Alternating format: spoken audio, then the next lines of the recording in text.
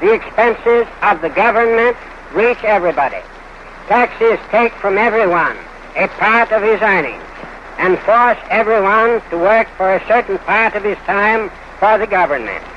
When we come to realize that the yearly expenses of the governments of this country, the stupendous sum of about $7,500,000,000, we get $700 million is needed by the national government and the remainder by local government.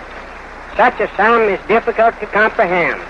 It represents all the pay of 5 million wage earners receiving $5 a day, working 300 days in the year. If the government should add $100 million of expense, it would represent 4 days more work of these wage earners. These are some of the reasons why I want to cut down public expense.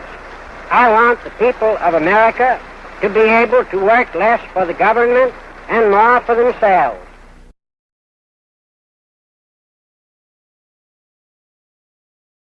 This campaign is more than a contest between two men. It is more than a contest between two parties.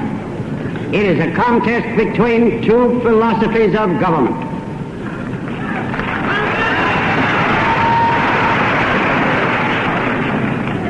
We are told by the opposition that we must have a change, that we must have a New Deal. It is not the change that comes from the normal development of national life to which I object or you object, but the proposal to alter the whole foundations of our national life, which have been builded through generations of testing and struggle and of principle upon which we have made this nation.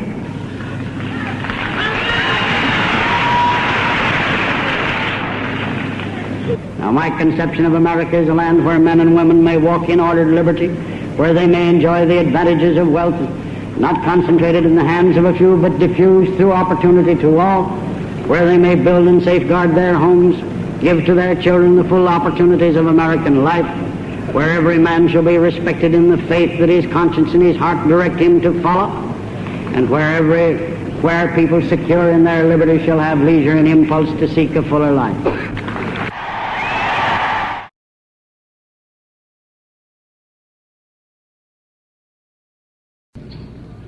Most vital to our present and to our future is this experience of a democracy which successfully survived crisis at home, put away many evil things, built new structures on enduring lines, and through it all maintained the fact of its democracy.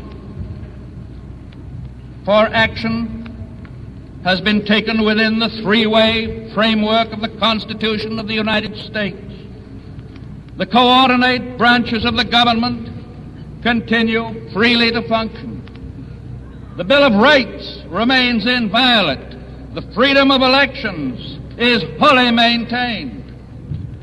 Prophets of the downfall of American democracy have seen their dire predictions come to naught.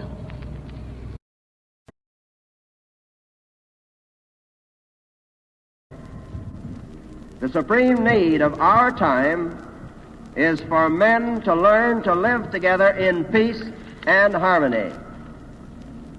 The peoples of the earth face the future with grave uncertainty, composed almost equally of great hopes and great fears.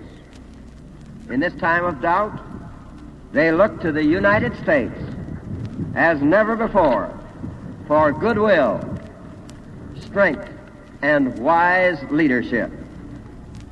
It is fitting, therefore, that we take this occasion to proclaim to the world the essential principles of faith by which we live and to declare our aims to all peoples.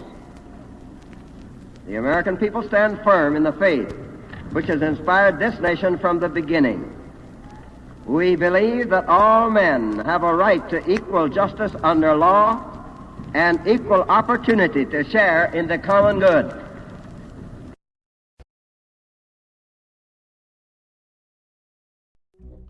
We are afraid of the world. that the future shall belong to the few. Since this century's beginning, a time of temperance.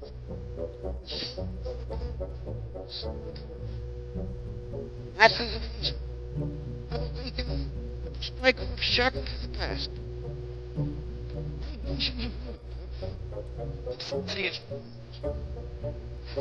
Top. And the vast empires have disappeared. Nations have been born. Countries